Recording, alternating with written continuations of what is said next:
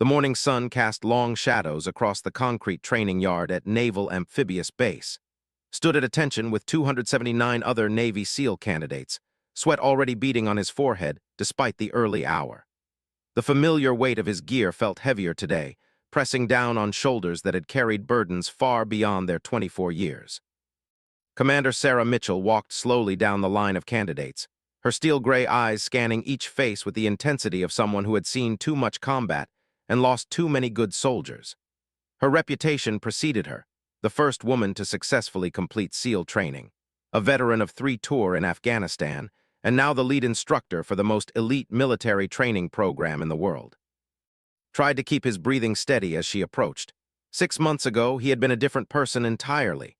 6 months ago, he had been doctor, a promising neurosurgeon at Johns Hospital, engaged to be married to his college sweetheart, Jessica, with a future mapped out in careful detail. Now, he was just another candidate trying to prove he belonged among the elite. The transformation had begun with a single phone call on a Tuesday evening in March.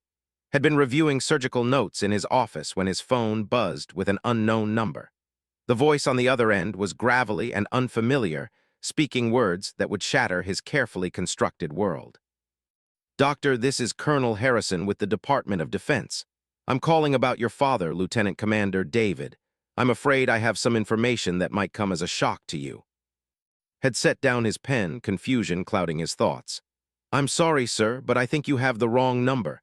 My father died in a car accident when I was 8 years old. He was a high school teacher, not military." The silence on the other end stretched for what felt like an eternity before Colonel Harrison spoke again. "Doctor, I think we need to meet.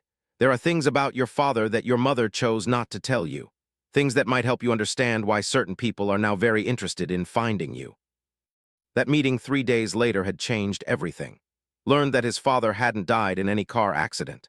Lieutenant Commander David had been a Navy SEAL who died on a classified mission in Eastern Europe, trying to retrieve stolen military intelligence that could have compromised national security. More shocking still, the mission had failed, and the intelligence had never been recovered. "Your father died protecting something incredibly important," Colonel Harrison had explained, sliding a thick folder across the table in the sterile government office. "We have reason to believe that before he died, he hid critical information that we desperately need to recover. And we think he may have left clues that only someone with his genetic markers and cognitive patterns might be able to interpret." Had stared at the folder, afraid to open it. Inside were photographs of a man who looked remarkably like him but wearing military dress blues, commendation letters detailing acts of heroism, and classified mission reports with most of the text blacked out. There were also personal letters his father had written but never sent, letters addressed to "my son," that spoke of love, duty, and the terrible weight of secrets that couldn't be shared. The most haunting document had been his father's final mission report, written in the field just days before his death. In it, David had written, "If something happens to me, know that I've hidden the package where only we'll think to look. He has my mind, my way of seeing patterns. Tell him to remember who I am, and he'll remember who he is." Reading those words had felt something fundamental shift inside him. The successful surgeon, the man who saved lives with steady hands and precise thinking, suddenly felt hollow and incomplete. There was another part of him, a part that carried his father's legacy, that had been dormant for 16 years. Within a week, had made a decision that shocked everyone who knew him. He took a leave of absence from the hospital, broke off his engagement with Jessica despite her tearful protests, and enlisted in the Navy with the specific goal of becoming a SEAL. "You're throwing your life away," Jessica had screamed at him during their final argument. "You're giving up everything we planned for some fantasy about a father you never knew. This isn't you. This isn't who you are." But that was exactly the problem. No longer knew who he was. The training had been brutal from the first day. Hell Week had nearly broken him, 5.5 days with a total of 4 hours of sleep. Constant physical and mental challenges designed to weed out anyone who couldn't handle the pressure. His medical training had helped him understand what was happening to his body, but that knowledge didn't make the pain any less intense or the exhaustion any less overwhelming. Many nights, lying on his narrow bunk with muscles screaming and joints aching, had questioned his decision. He could have been in a comfortable call room at the hospital, saving lives in air-conditioned operating theaters, planning a wedding with a woman who loved him. Instead, he was here, chasing shadows and trying to become someone he wasn't sure he could be. But then he would remember his father's words. Remember who I am, and he'll remember who he is. Gradually began to understand that becoming a SEAL wasn't about abandoning his old life. It was about discovering parts of himself that had always existed but had never been awakened.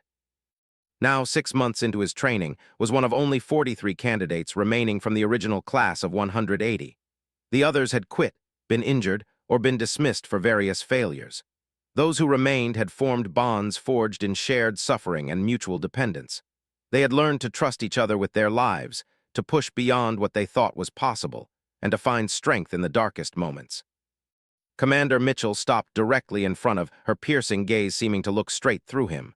For a moment, he thought she was going to single him out for criticism. It wouldn't be the first time. She had been particularly hard on him from the beginning, perhaps sensing that his motivation was different from the others. She said, her voice carrying across the training yard, "Step forward." Took 3 precise steps forward, maintaining eye contact despite every instinct telling him to look away.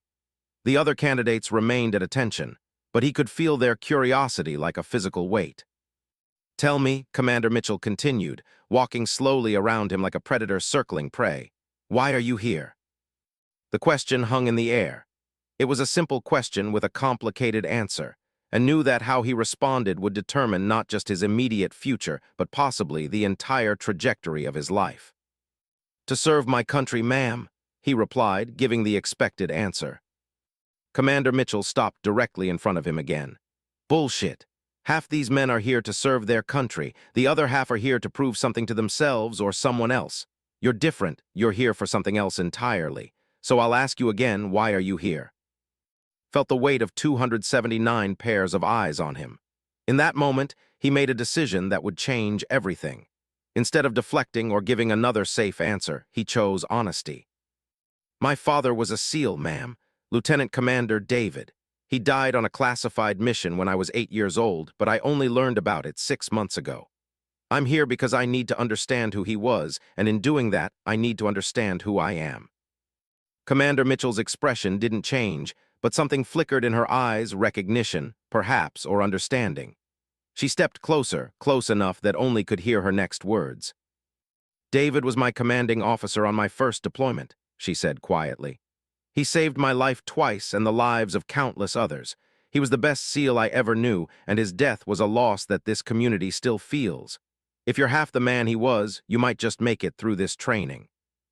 She stepped back and raised her voice so all the candidates could hear. "Today's exercise is close quarters combat. You'll be working in pairs, demonstrating the techniques you've learned for disarming an armed opponent. Since you want to understand who your father was, you'll be working with me." A murmur ran through the ranks of candidates. It was highly unusual for an instructor to personally demonstrate with a trainee, especially in a combat exercise. Felt his heart rate increase, adrenaline beginning to flood his system. Commander Mitchell led him to the center of the training mat, a circular area surrounded by the 279 other candidates. She picked up a rubber training knife from the equipment table and turned to face him. "The scenario is simple," she announced to the watching crowd. "I'm an armed hostile, you're unarmed. Your mission is to disarm me without getting yourself killed. In real combat, you get one chance to do this right. Fail, and you're dead." Nodded, settling into a defensive stance. His medical training had given him a thorough understanding of human anatomy and physiology, knowledge that translated surprisingly well to combat applications. He knew where the vulnerable points were, how joints moved, where pressure could be applied most effectively. Commander Mitchell began to circle him, the rubber knife held in a combat grip. "Your father and I were once trapped in a building in Kandahar with 4 armed hostiles between us and the exit. We had no weapons, no backup coming, and about 30 seconds before more enemies arrived. Do you know what he did?"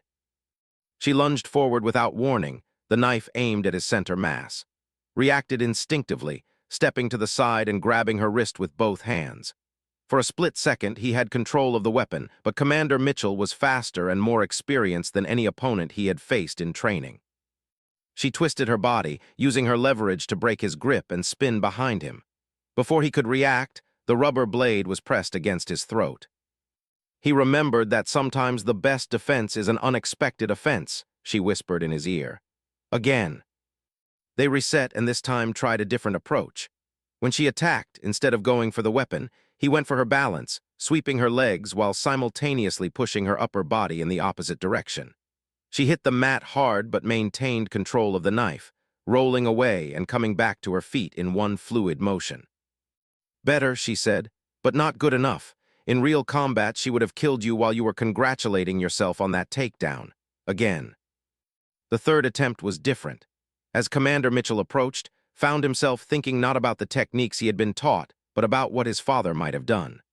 The man in the photographs had been smaller than many of his teammates, but had earned their respect through intelligence and creativity rather than pure physical strength.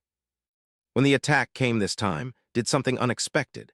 Instead of trying to grab the weapon or avoid it, he stepped directly into the attack, accepting a controlled hit to his non-vital area while simultaneously wrapping his arms around Commander Mitchell in what looked almost like an embrace. The move surprised her enough that her knife hand became trapped between their bodies and was able to use his superior weight and leverage to drive her backward. They hit the ground together on top, with the knife pinned harmlessly between them. For a moment they were face to face, both breathing hard from the exertion. "That was your father's move," she said quietly. "Exactly what he did in Kandahar, unconventional, dangerous, but effective." She tapped the mat twice, signaling submission, and released her. As they stood up, Commander Mitchell addressed the watching candidates. "What just demonstrated is the difference between following a technique and understanding the principle behind it. Techniques can fail. Principles adapt. Didn't try to execute a perfect disarming maneuver. He identified the core problem, an armed opponent with superior training and experience, and found a creative solution that played to his strengths rather than trying to match her at her own game." The training session continued for another 2 hours, with other candidates practicing the techniques they had learned. Found himself partnered with different opponents, each presenting unique challenges and learning opportunities. But his mind kept returning to that moment when Commander Mitchell had recognized his father's influence in his movements. That evening, as the candidates cleaned their gear and prepared for the next day's challenges, received an unexpected visitor. Colonel Harrison, the same man who had first told him about his father's true identity, was waiting in the administrative office. "Doctor," the colonel greeted him, though noticed he didn't use his former title. "How is the training progressing?" "It's challenging, sir, but I'm adapting." Sat down across from the older man, nodding the serious expression on his weathered face. "I'm glad to hear that. The reason I'm here is that we've had some developments in the situation I briefed you on 6 months ago. The intelligence your father died protecting, we've confirmed that it's still out there, and certain hostile parties are actively searching for it. We believe they may be close to finding it." Colonel Harrison opened a briefcase and removed several photographs. These were taken by surveillance teams in various locations over the past month. Each of these individuals has been identified as working for organizations that would use your father's intelligence to cause significant harm to American interests.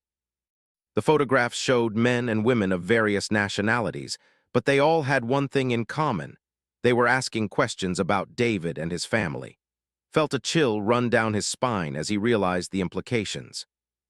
"Are you saying these people are looking for me?" "We're saying they're looking for anyone who might be able to interpret the clues your father left behind. So far, they don't know about your existence. Your mother did an excellent job of hiding your connection to David. But if they discover that link, you could become a target." Colonel Harrison leaned forward, his expression grave. "Which brings me to why I'm really here. We need to accelerate your timeline. The original plan was to let you complete your SEAL training naturally, then begin the search for your father's intelligence. But circumstances have forced our hand. We need you to begin that search now while you're still in training." Felt the weight of the request settling on his shoulders. "What exactly are you asking me to do?" "Tomorrow, Commander Mitchell will begin a special training exercise that's not part of the standard curriculum. It will take place at a location that has significance to your father's final mission. While there, you'll have the opportunity to look for clues that might lead us to the intelligence he hid. The other candidates will think it's just another training exercise, but for you, it will be much more." The colonel slid a final photograph across the table. It showed a remote military facility surrounded by mountains and forest. "This is where your father spent his final weeks before the mission that killed him. If he left any clues about where he hid the intelligence, there's a good chance they're somewhere in that facility. Studied the photograph, trying to imagine his father walking those same paths, planning what might be his final mission. And if I can't find anything, then we'll continue with the original plan and hope that hostile forces don't find what they're looking for first. Colonel Harrison began packing up his materials. And I hope you don't mind me using your first name. I want you to understand that this isn't just about national security anymore. The people looking for this intelligence have already killed 3 individuals who they thought might have information about your father's mission. If they discover your existence and believe you might know something, they won't hesitate to kill you too. After Colonel Harrison left, walked out to the beach that bordered the training facility. The sun was setting over the Pacific Ocean, painting the sky in brilliant shades of orange and red. The sound of waves crashing against the shore provided a peaceful counterpoint to the turmoil in his mind. 6 months ago, his biggest concerns had been surgical schedules and wedding planning. Now, he was being asked to risk his life searching for intelligence hidden by a father he had never known, while avoiding hostile operatives who wouldn't hesitate to kill him. The transformation was so complete that sometimes felt like he was living someone else's life. But as he stood there watching the sun disappear into the ocean, realized something important. For the first time in his adult life, he felt like he was exactly where he was supposed to be. The successful surgeon had been living a borrowed dream, following a path that others had chosen for him. The Navy SEAL candidate, despite all the danger and uncertainty, felt authentic in a way that his previous life never had. His phone buzzed with a text message from Jessica. She had been sending them regularly since their breakup, alternating between anger, sadness, and attempts to convince him to return to his old life. This message was different, though. It simply read, "I saw your mother today. She told me about your father. I'm beginning to understand why you had to do this. Be safe. I still love you." Read the message several times, feeling a complex mix of emotions. Part of him missed the certainty and comfort of his old life with Jessica, but a larger part of him knew that he could never go back to being the person he had been. Too much had changed, too much had been discovered about himself and his heritage. As he walked back toward the barracks past Commander Mitchell's office, the light was still on, and through the window he could see her reviewing training files and mission reports. On impulse, he knocked on the door. "Come in," she called out. Entered the small office, nodding the military commendations covering the walls and the photographs of SEAL teams from various deployments. In one corner was a shadow box containing medals and ribbons, and recognized one of them as belonging to his father. "What can I do for you?" "Ma'am, I wanted to ask you about my father, about who he was as a person, not just as a soldier." Commander Mitchell set down the files she had been reading and studied for a long moment. "Your father was the kind of leader that men would follow into hell because they knew he would never ask them to do something he wouldn't do himself. He was brilliant, creative, and absolutely fearless when it came to protecting his team." She gestured to a chair and sat down. But what made David special wasn't just his military skills. He was a man who understood that true strength comes from knowing yourself completely, your abilities, your limitations, your motivations. He never pretended to be something he wasn't, and he never let anyone else define who he should be. "Colonel Harrison told me that hostile forces are looking for intelligence my father hid. He wants me to start searching for it tomorrow during the training exercise." Commander Mitchell's expression hardened. "I was briefed on that situation. What the colonel didn't tell you is that I volunteered to oversee that search personally. Your father saved my life, and I owe him a debt that can never be repaid. Making sure his son survives this mission is the closest I can come to repaying that debt." She opened a desk drawer and removed a small item wrapped in cloth. "Your father gave this to me before his final mission. He said that if anything happened to him, I should give it to his son when the boy was old enough to understand what it meant." Unwrapped the cloth to reveal a compass, old and well-worn but still functional. Engraved on the back were the words, "When you lose your way, remember who you are." He carried that compass on every mission, Commander Mitchell explained. Not because he needed it for navigation, we had better equipment for that. He carried it because it reminded him that no matter how far from home he traveled or how dangerous the mission became, he always knew how to find his way back to what mattered most. Held the compass, feeling the weight of history and expectation in his hands. What if I can't find what everyone is looking for? What if the clues he left behind don't make sense to me? Then you'll deal with that when it happens. And yes, I'm using your first name because tonight you're not just another candidate, you're David's son. I want you to understand something. Your father didn't hide that intelligence because he was trying to create an impossible puzzle. He hid it because he knew that someday, someone with his mind and his heart would need to find it. That someone is you. Commander Mitchell stood up, signaling the end of the conversation. Get some rest. Tomorrow is going to be the most important day of your training so far. And remember, your father chose to become a SEAL not because he had to, but because he knew it was the best way to protect the things he loved most. You're here for the same reason, even if you don't fully understand that yet. As walked back to his barracks, he thought about the journey that had brought him to this point. 6 months ago, he had been a different person with different dreams and different fears. The transformation hadn't been easy, and he knew that the most challenging parts were still ahead.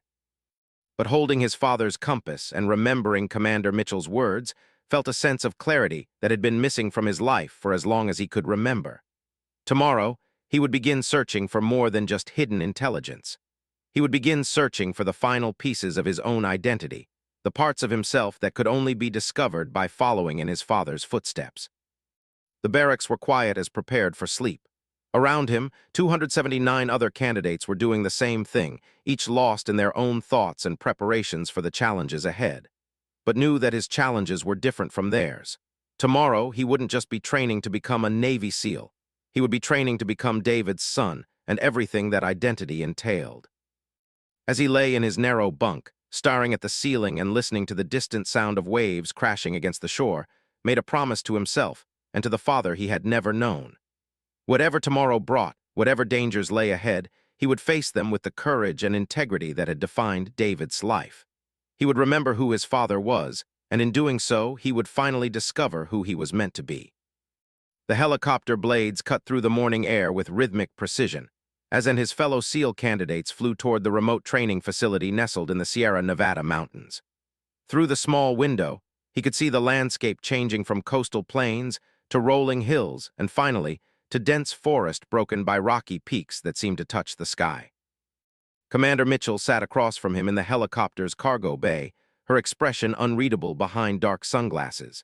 The 27 other candidates selected for this special training exercise were distributed between 2 aircraft, all of them wondering what challenges awaited them at their destination. Only knew that this wasn't just another training exercise. It was the beginning of a search that could determine the fate of critical intelligence and possibly save lives.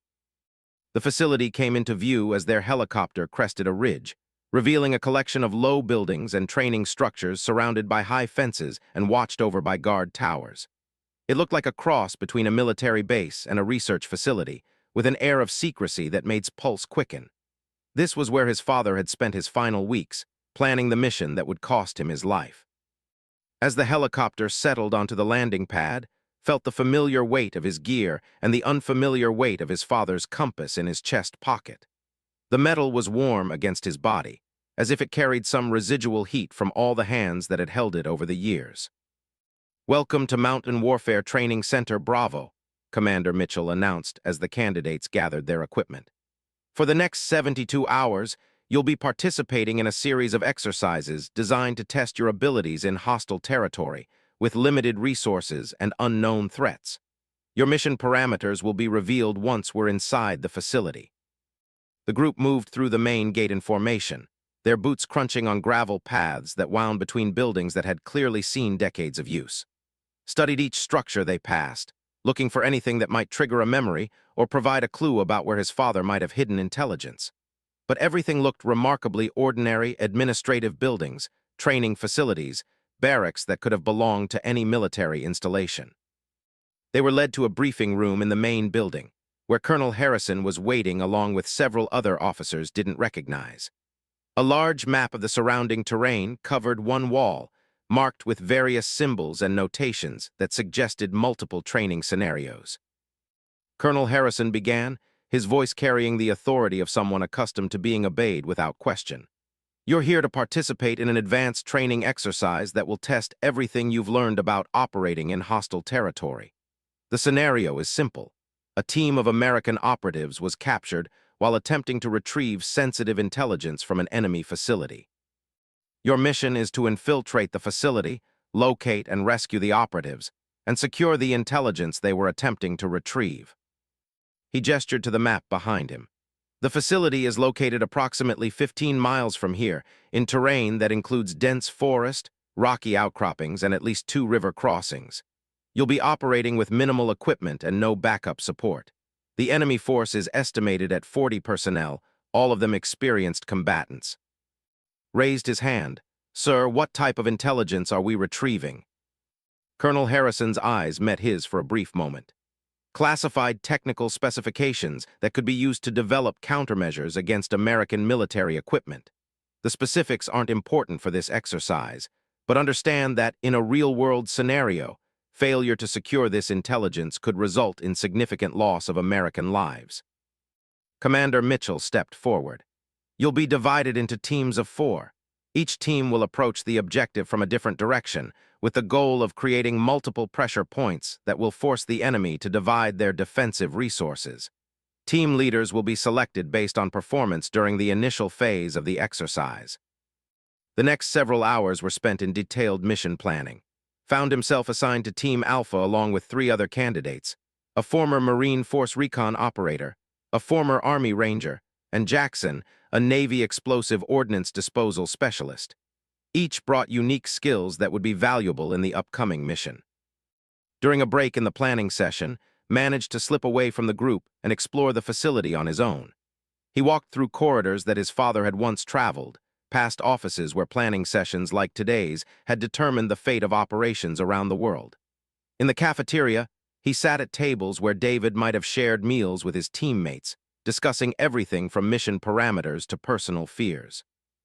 The facility's library contained military manuals and tactical publications, but was drawn to a section of personal items left behind by various units that had trained here over the years.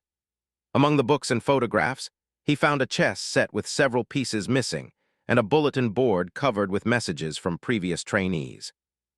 One message, pinned in a corner where it might easily be overlooked, caught his attention. Written in faded ink on military letterhead, it read, "The Queen's gambit isn't always about the Queen. Sometimes the strongest piece on the board is the one your opponent doesn't expect to move. DC." Stared at the note, his pulse quickening. DC could be anyone's initials, but the chess reference combined with the strategic thinking involved suggested this might be a message from his father. David had been an avid chess player, according to the files Colonel Harrison had shown him, and the philosophical nature of the note matched what was learning about his father's personality. But what did it mean? The Queen's gambit was a chess opening that involved sacrificing a pawn to gain positional advantage. The message suggested that the real power lay not in the obvious pieces, but in the unexpected ones.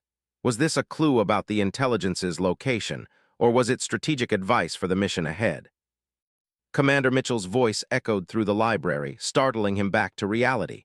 "Mission briefing in 5 minutes." Carefully memorized the exact wording of the note and its position on the bulletin board before rejoining his team. The final briefing covered communication protocols, extraction procedures, and rules of engagement for the exercise. Each team would carry a radio for emergency contact only, and they would be evaluated not just on mission success, but on their ability to adapt to changing circumstances and unexpected challenges. As the sun began to set behind the mountains, the 4 teams departed the facility in different directions.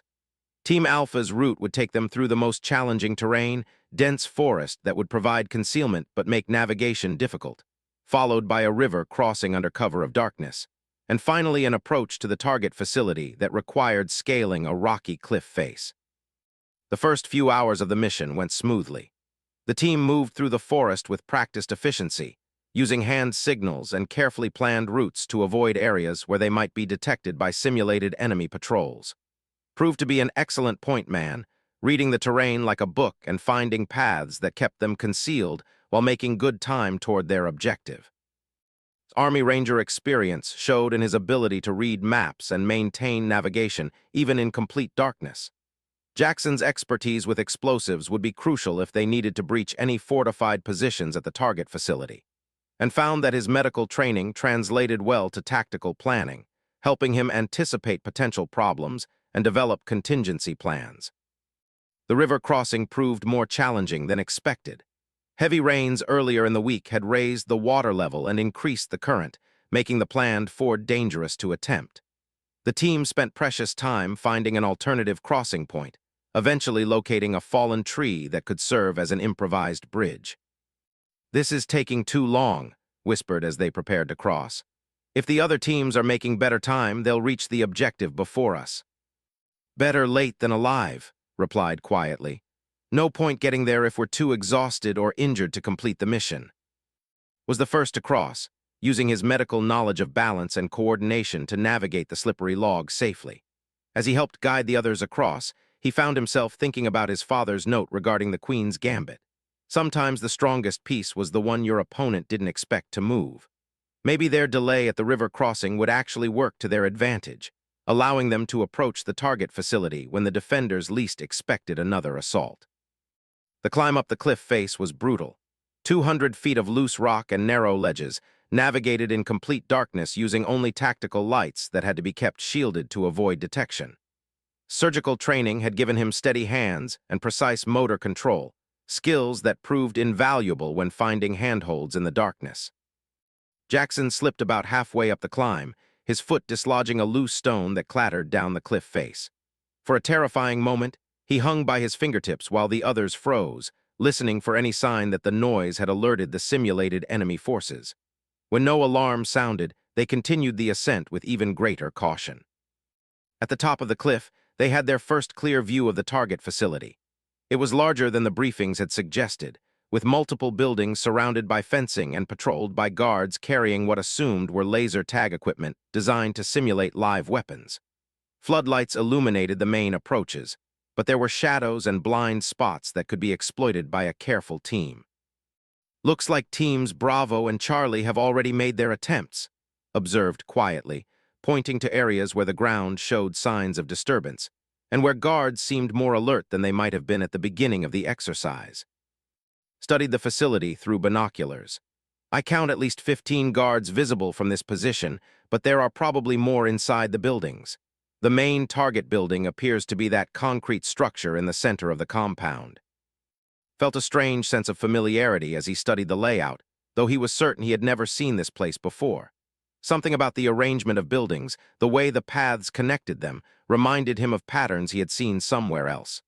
Then he remembered the chess note from his father. The facility was laid out like a chess board, with 8 buildings arranged in a rough grid pattern. "Wait," he whispered to his teammates. "Look at the building arrangement. It's not random, it's organized like a chess board. The central building you identified as the target is in the position of the king." Looked skeptical. So what? Lots of military facilities use grid layouts. But was remembering more details from the chess note. The Queen's Gambit wasn't always about the Queen. Sometimes the strongest piece was the one your opponent didn't expect to move. If the central building was the king, then the real target, the intelligence his father had hidden, might be in a different building entirely. "What if we're approaching this wrong?" suggested. "What if the building everyone assumes is the target isn't actually where we need to go?" Lowered his binoculars. "Explain." Traced the building layout in the dirt with his finger. "If this is laid out like a chess board, then the obvious target is the king position.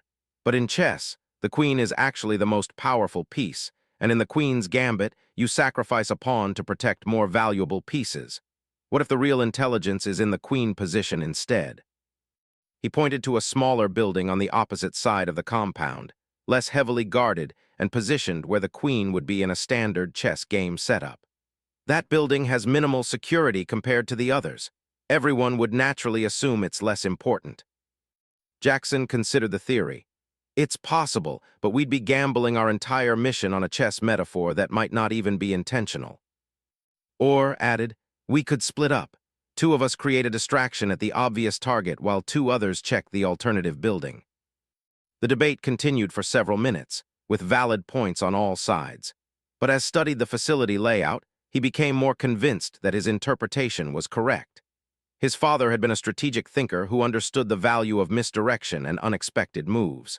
Hiding critical intelligence in a building that appeared less important would be exactly the kind of tactic David would employ. "I'm going to the alternative building," finally decided. "You 3 proceed with the original plan. If I'm wrong, we'll still have a chance to complete the mission successfully. If I'm right, we'll have a significant advantage. Shook his head. We're supposed to work as a team. Splitting up violates basic tactical principles. So does putting all our effort into attacking what might be the wrong target, countered. Look, I know this seems crazy, but I have reasons for believing the intelligence might be in that other building. Give me 30 minutes to investigate, and if I don't find anything, I'll rejoin you for the assault on the main target. After more discussion, the team reluctantly agreed to the modified plan. And Jackson would position themselves to assault the central building, while would attempt to infiltrate the alternative target. They synchronized their watches and established communication protocols for coordinating their actions. Made his way carefully around the perimeter of the facility, using shadows and terrain features to avoid the roving guards. The building he had identified as the Queen position was indeed less heavily defended, with only 2 guards patrolling nearby and no visible security cameras focused on its entrances. Getting inside required patience and timing. Waited until the guards' patrol routes took them to the furthest points from the building, then sprinted across open ground to reach the rear entrance.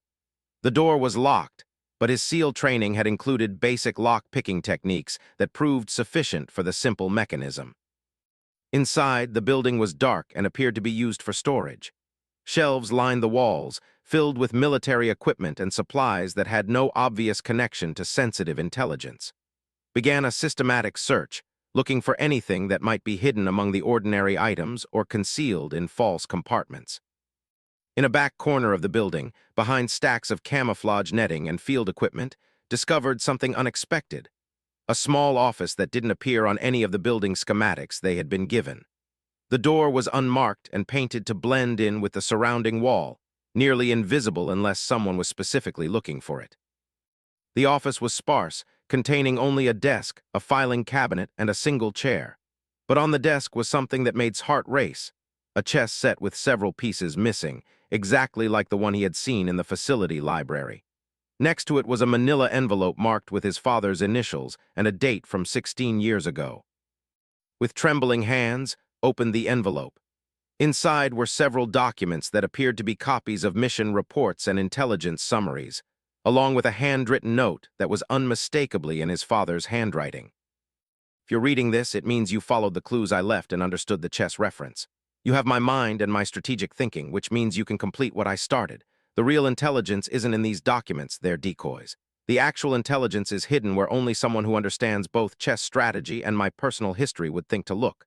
Remember the story I never got to tell you about the knight's move that saved my life? The answer is there. Your father, David. Stared at the note, frustration building inside him. His father referenced a story that he had never heard, a personal memory that should have been shared between father and son, but had been lost when David died. How could he possibly know about a knight's move that had saved his father's life when he had never even known his father was alive? Outside, he could hear sounds that suggested the other teams had begun their assaults on the main facility.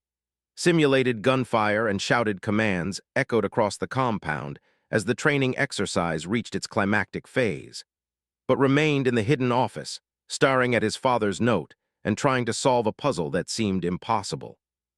Then he remembered something Colonel Harrison had said during their first meeting.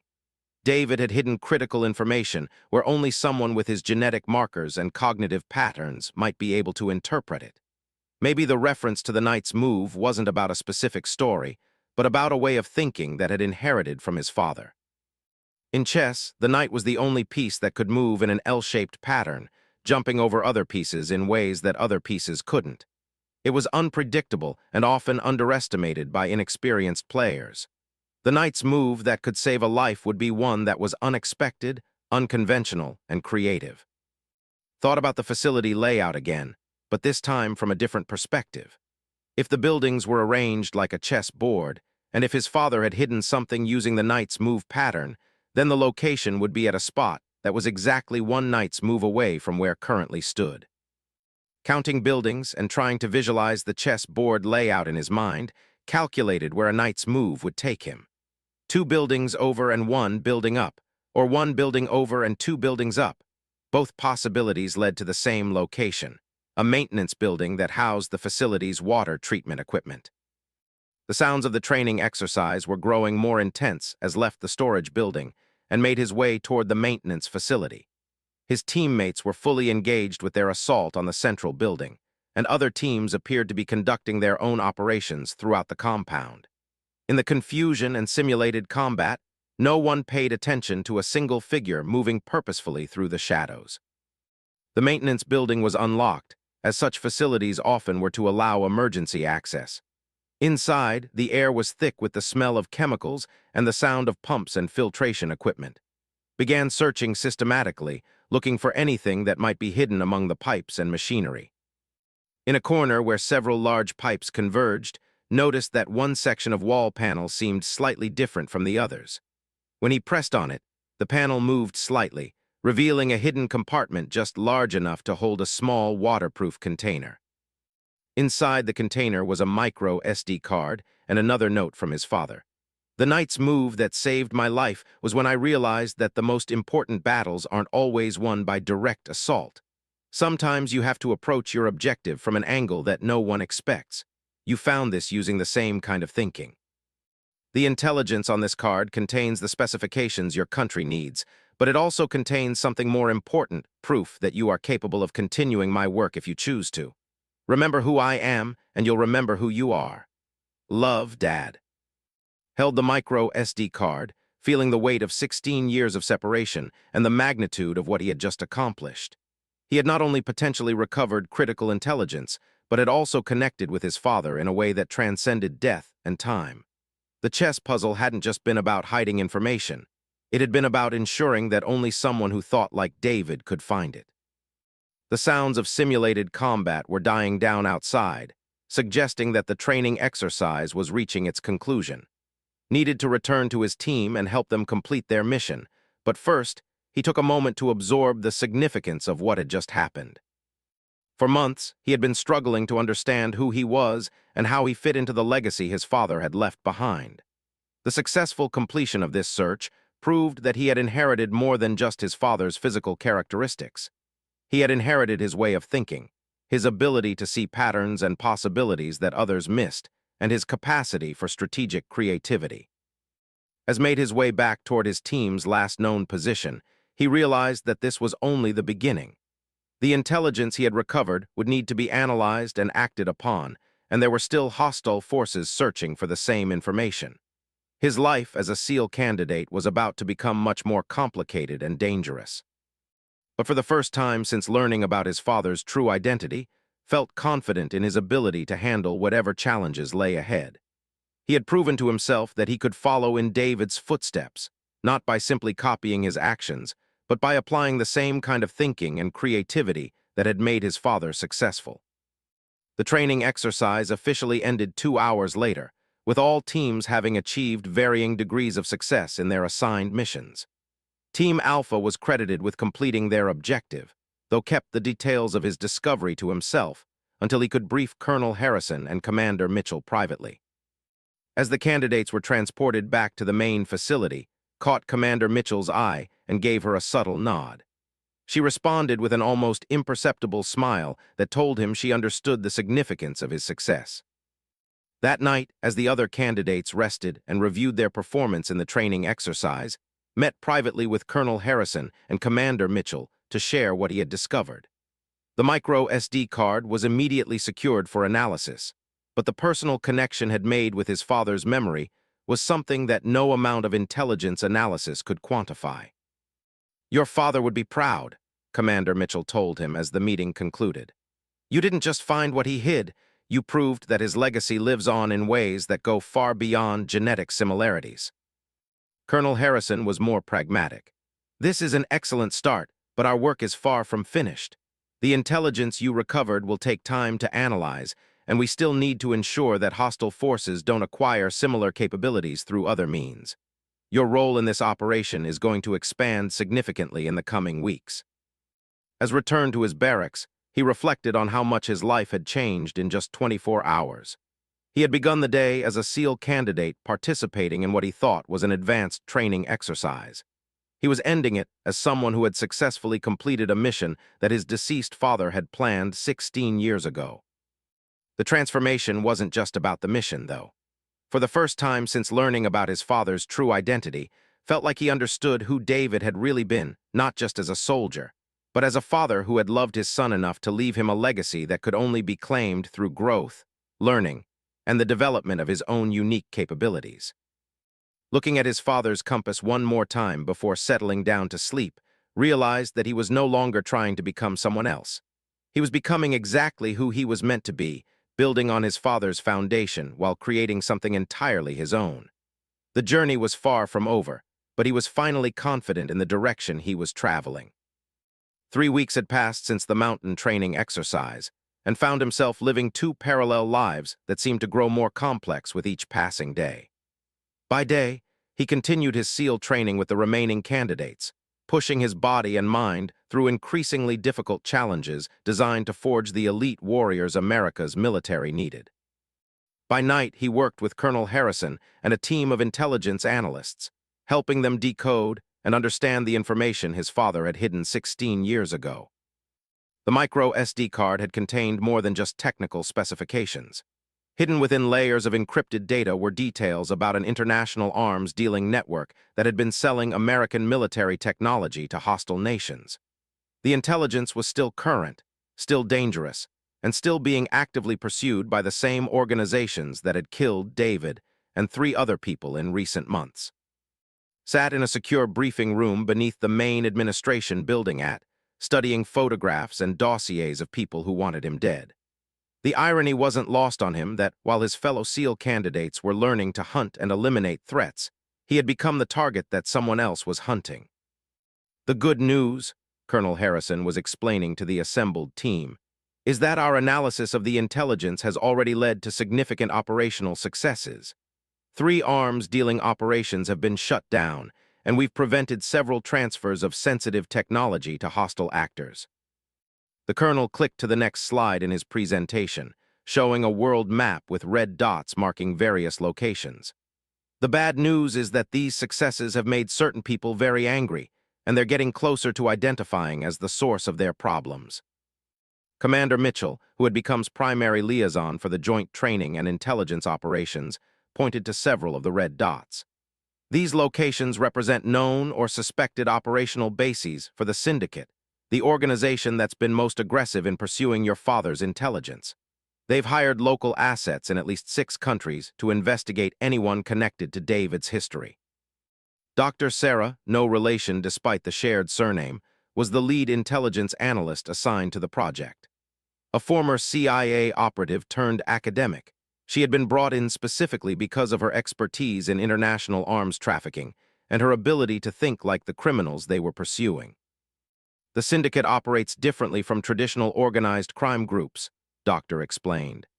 They're essentially a corporate entity that happens to deal in illegal arms sales, but they use legitimate business practices and sophisticated intelligence gathering.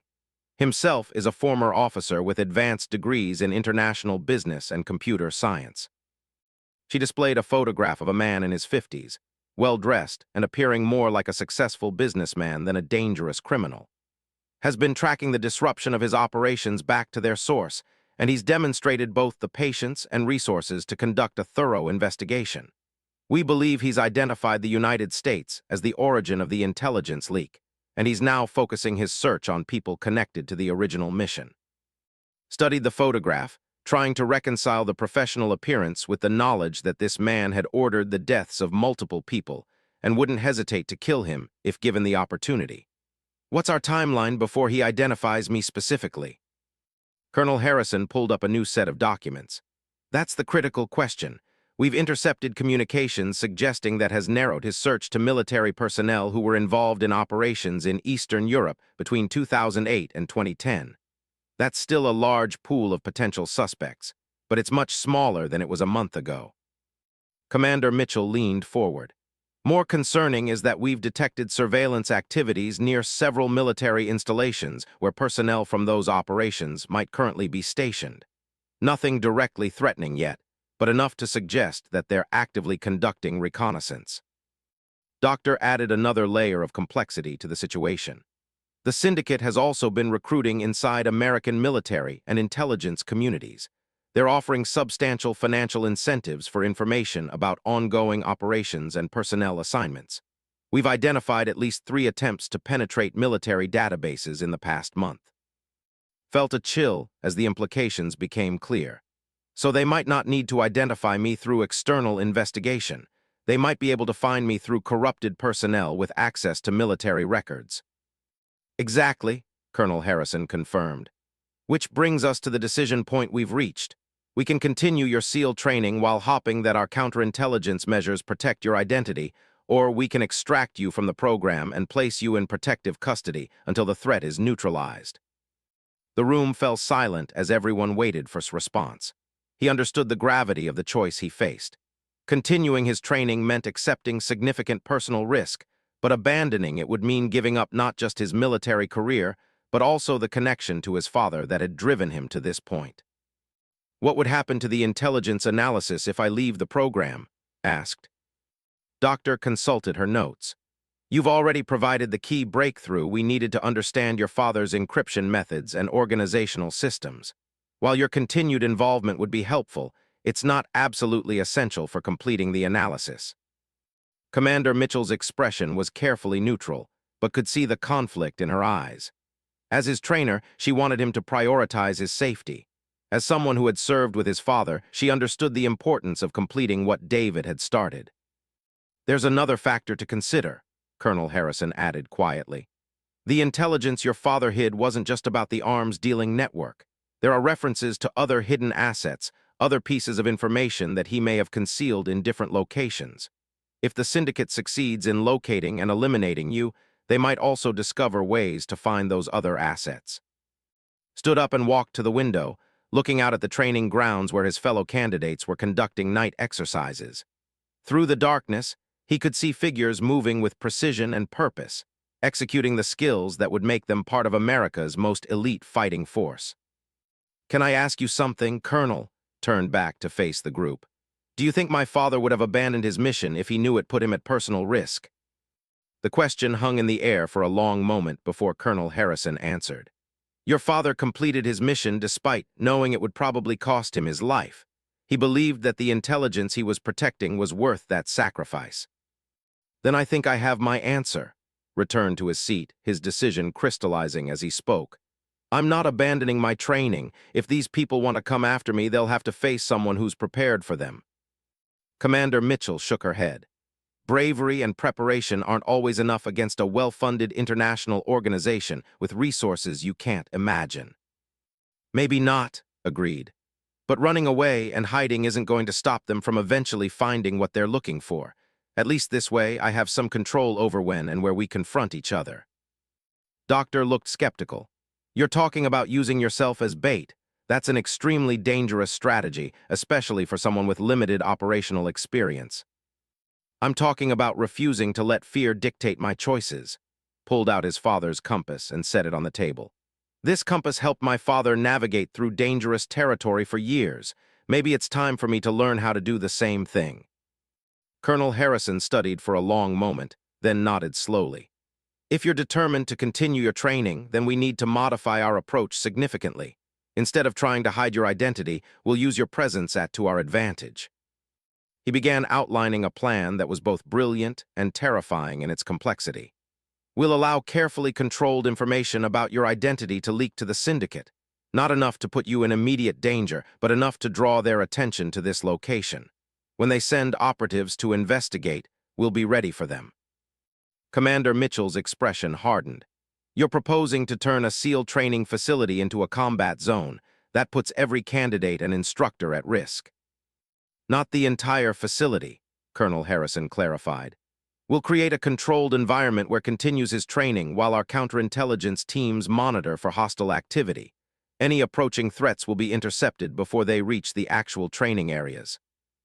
Doctor was already working on the tactical details. "We can establish multiple layers of surveillance and early warning systems. If done correctly, we should be able to identify and neutralize threats while maintaining the appearance of normal training operations."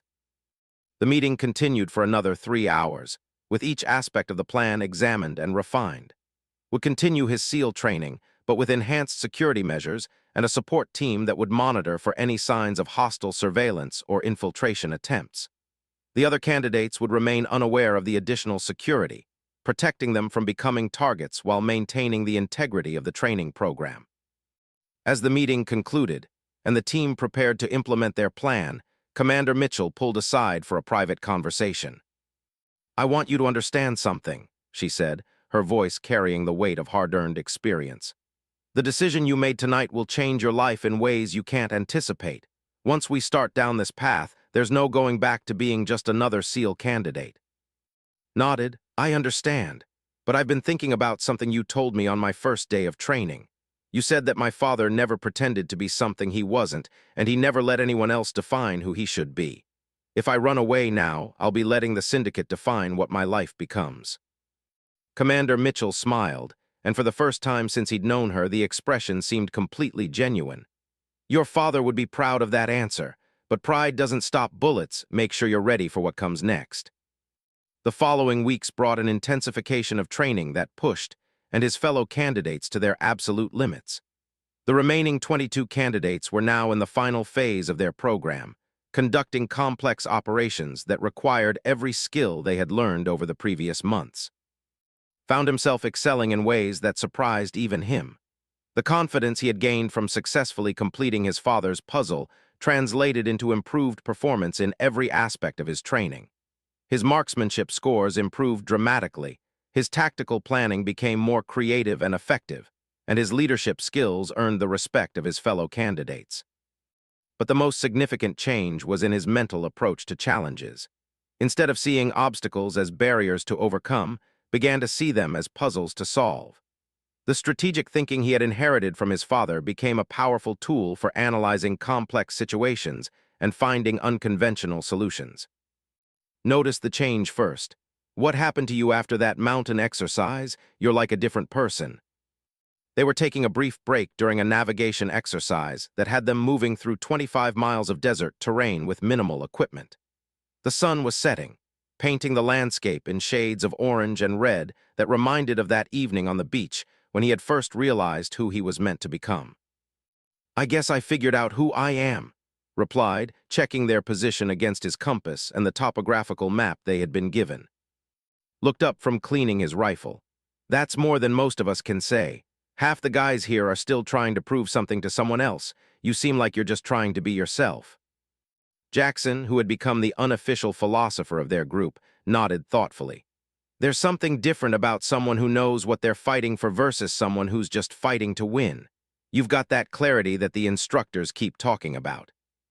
Appreciated the recognition, but he also knew that his clarity came with a price. While his teammates were focused solely on completing their training and earning their tridents, he was constantly aware that hostile forces were closing in on his location. The enhanced security measures that Colonel Harrison had implemented were invisible to the other candidates, but could see the subtle signs: additional personnel who didn't quite fit their cover stories, surveillance equipment that served no training purpose, and communication protocols that went beyond normal security requirements. 3 weeks into the new security arrangement, the first probe came. Doctor's intelligence network detected an inquiry about SEAL training schedules and candidate rosters that originated from a front company known to have connections to the syndicate. The inquiry was skillfully crafted to appear routine, but the specific focus on recent candidates and their backgrounds raised immediate red flags. "They're testing our defenses," Doctor explained during a late-night briefing in the secure conference room. "This type of inquiry is designed to determine what kind of information is available through normal channels and what kind of resistance they might encounter if they pursue more aggressive investigation methods." Colonel Harrison reviewed the intercepted communications. "The good news is that our cover story held up. The inquiry received standard responses that didn't reveal any additional information about candidate identities or backgrounds, but they'll almost certainly follow up with more sophisticated attempts." Commander Mitchell had been coordinating with base security to ensure that the enhanced protective measures didn't interfere with normal training operations. "We've identified 3 possible infiltration routes that hostile operatives might use to gain access to the facility. Each one is now under continuous surveillance, and we've established rapid response teams that can intercept any unauthorized personnel. Found himself oddly calm as he listened to the briefing. The knowledge that dangerous people were actively hunting him should have been terrifying, but instead it felt like a natural progression of the journey he had begun when he first learned about his father's true identity. "What's our next move?" he asked. Doctor consulted her tactical analysis. "We wait and we watch. The syndicate operates with patience and careful planning.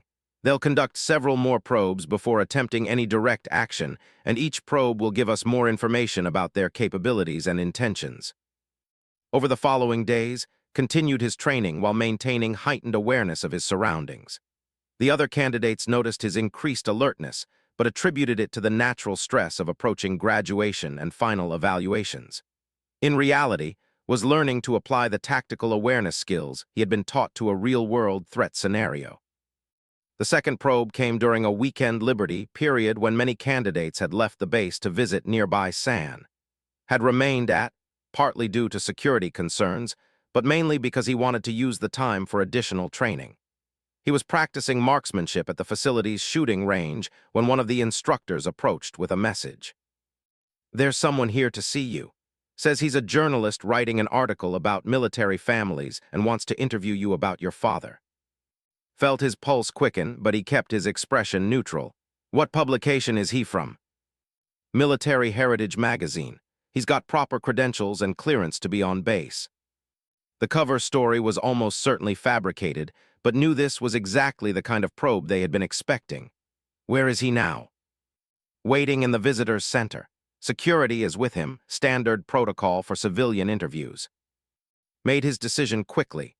Running away would only delay the inevitable confrontation, and this controlled environment gave him advantages he wouldn't have elsewhere. "I'll meet with him, but I want Commander Mitchell present for the interview." 30 minutes later, sat across from a man who introduced himself as David, a freelance journalist specializing in military history.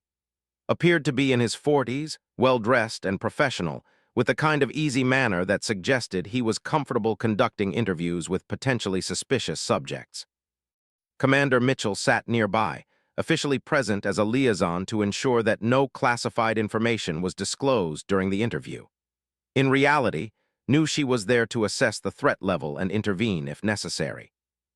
"I understand your father served in the Navy," began, consulting notes that appeared genuine and well-researched. "I'm working on an article about military families and how service members' sacrifices affect their children. Your decision to follow in your father's footsteps after pursuing a medical career makes for an interesting story." The man's research was impressive and potentially concerning. He knew about's medical background and career change, information that wasn't classified but also wasn't widely available. "How did you hear about me specifically?" asked. "Military families have tight-knit communities. Word gets around when someone makes a significant career change to honor a parent's service." Smiled, but noticed that the expression didn't reach his eyes. "I'd like to learn more about your father's service record and what inspired you to leave medicine for military service."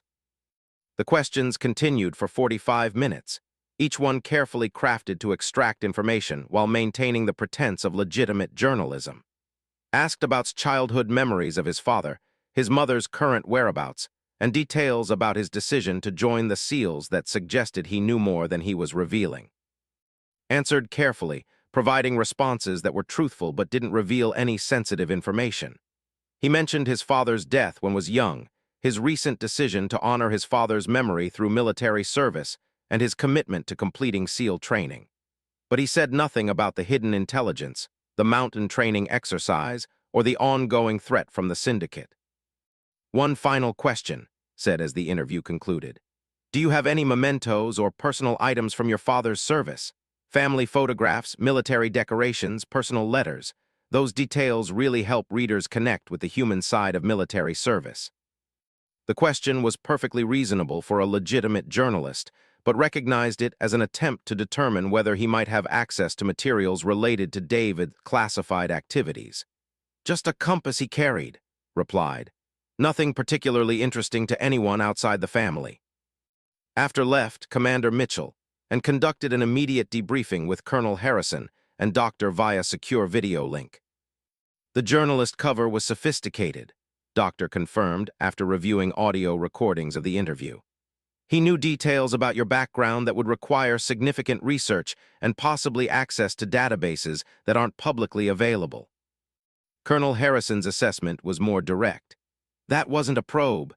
That was reconnaissance for an operation. People are preparing for more direct action, and they wanted to assess your current location, security arrangements, and level of awareness. Commander Mitchell had reached the same conclusion. The questions about mementos and personal items suggest they're still looking for physical evidence that might lead them to additional intelligence. They're not just trying to eliminate, they're trying to determine what he knows and what he might have access to. Felt a strange sense of satisfaction rather than fear. For months, he had been reacting to events and trying to understand a situation that had been thrust upon him. Now, for the first time, he felt like he was actively engaged in a contest of wills and intelligence with worthy adversaries. "What's our next move?" he asked. Doctor pulled up a tactical assessment on her laptop. "We escalate our counterintelligence efforts. If they're preparing for direct action, we need to be ready to respond with superior force and better intelligence." Colonel Harrison nodded. "It's time to stop playing defense and start taking the initiative. We know who they are and what they want. Now we're going to use that knowledge to our advantage." As the meeting concluded and prepared to return to his regular training schedule, he realized that his life had reached another turning point. The relative safety of the training environment was ending, and the real test of everything he had learned was about to begin. That night, as he lay in his bunk listening to the familiar sounds of his fellow candidates preparing for sleep, thought about the journey that had brought him to this point. 6 months ago, he had been a successful surgeon with a predictable future and conventional concerns. Now he was a SEAL candidate preparing to face international criminals who wanted to kill him for information his father had hidden 16 years ago. The transformation was complete, but understood that it was also just the beginning. Tomorrow would bring new challenges that would test not just his tactical skills and physical conditioning, but also his ability to honor his father's memory while forging his own path forward. He pulled out David's compass one more time, watching the needle point steadily north despite the darkness surrounding him. Like his father before him, was about to discover that the most important navigation wasn't about finding your way through hostile territory. It was about remembering who you were when everything familiar disappeared and only your core identity remained to guide you home. The attack came during the final week of SEAL training, when the remaining 18 candidates were conducting their graduation exercise in the waters off San Island. What should have been a routine nighttime maritime operation turned into a deadly confrontation that would test everything had learned about survival, strategy, and the legacy his father had left him. The mission was straightforward: infiltrate a mock enemy facility on the island, gather intelligence, and extract via submarine pickup in the pre-dawn hours. Was part of a 6-man team that also included Jackson and 2 newer candidates, Williams and Park, who had impressed their instructors with exceptional performance in underwater operations and close-quarters combat. Commander Mitchell was overseeing the exercise from the command vessel anchored 2 miles offshore. The enhanced security measures that had been protecting for the past month were still in place, but the remote location and complex logistics of the training exercise had created vulnerabilities that the syndicate had apparently been waiting to exploit. The team had successfully completed their infiltration and intelligence-gathering phases, moving through the island's rocky terrain with practiced efficiency. The mock facility had been secured according to their mission parameters, and they were moving toward the extraction point when noticed something that made his tactical awareness spike to maximum alert. "Hold position," he whispered into his radio, raising his fist to signal his teammates to freeze. Through his night vision goggles, had spotted movement that didn't match the patterns they had been briefed to expect from the exercise's simulated opposition forces. 2 figures were moving along approximately 800 meters from their position, but their equipment and movement style suggested military training that exceeded what would be expected from role-playing exercise participants. Moved silently to position. "What do you see?" Unknown contacts, moving with tactical discipline. Could be additional exercise personnel, but something feels wrong. Joined them, studying the distant figures through his own night vision equipment. "Those aren't our instructors," Equipment's wrong, movement patterns are too aggressive for a training scenario. Jackson had been monitoring radio communications throughout the mission and added another layer of concern. I'm not picking up any chatter about additional personnel in our operational area. If those are legitimate exercise participants, they should be coordinating with the command vessel. Felt the familiar weight of his father's compass in his tactical vest pocket. The metal was cold against his fingers as he considered their options. They could radio the command vessel for clarification, but if these were hostile operatives, that communication might compromise their position. They could attempt to avoid contact by altering their extraction route, but that would leave potential threats unidentified and possibly positioned to attack other training teams. Or they could do what David would have done, gather intelligence on the unknown contacts before making any decisions. Williams, Park, whispered into his radio. Establish overwatch positions with clear lines of sight to our current location and the extraction point. You're with me for a closer reconnaissance. Jackson, maintain security here and be ready to provide covering fire if we run into trouble. The team moved into position with silent efficiency that demonstrated months of intensive training, and began a careful approach toward the unknown contacts, using terrain features and natural concealment to remain undetected while gathering information about potential threats. As they moved closer, the situation became increasingly clear and increasingly dangerous. The two figures were definitely not part of the training exercise. They were equipped with modern military gear that included suppressed weapons, advanced night vision equipment, and communication systems that suggested professional operational capabilities. More concerning was what could overhear of their conversation through directional microphones that carried for intelligence-gathering exercises. The men were speaking in accented English, discussing observation schedules and extraction timelines that had nothing to do with the SEAL training exercise. Target confirmed on the island, one of them reported into a radio.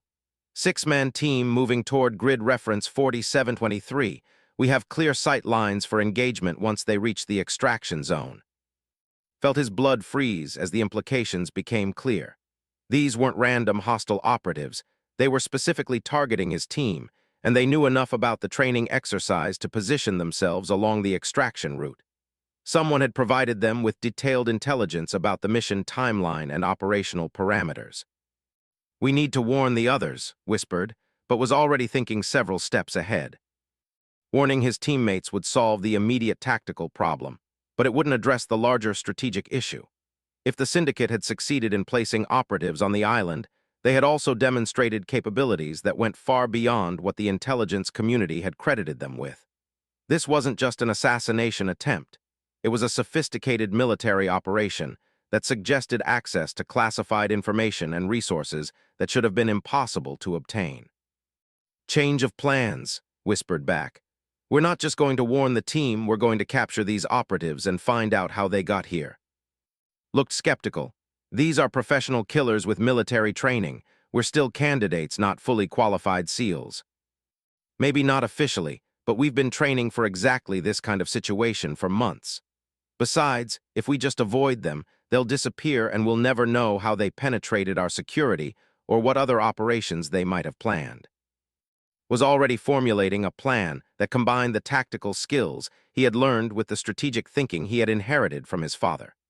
The two operatives had positioned themselves well for observing and engaging targets moving toward the extraction point, but their position also had weaknesses that could be exploited by someone approaching from an unexpected direction. Here's what we're going to do, explained quietly. I'm going to circle around and approach them from behind while you provide overwatch and coordinate with the rest of the team. When I'm in position, we'll capture them simultaneously. You take the one on the left, I take the one on the right. The plan was risky, but recognized the tactical soundness of the approach. What about alerting the command vessel? After we secure the prisoners, if there are other hostile operatives in the area, radio communication might trigger premature action. Better to control the situation first, then call for backup. Nodded reluctantly. Your father would be proud of this decision, but if we get killed because you decided to be a hero, I'm going to haunt your ghost. Smiled grimly. If we get killed, it won't be because I tried to be a hero.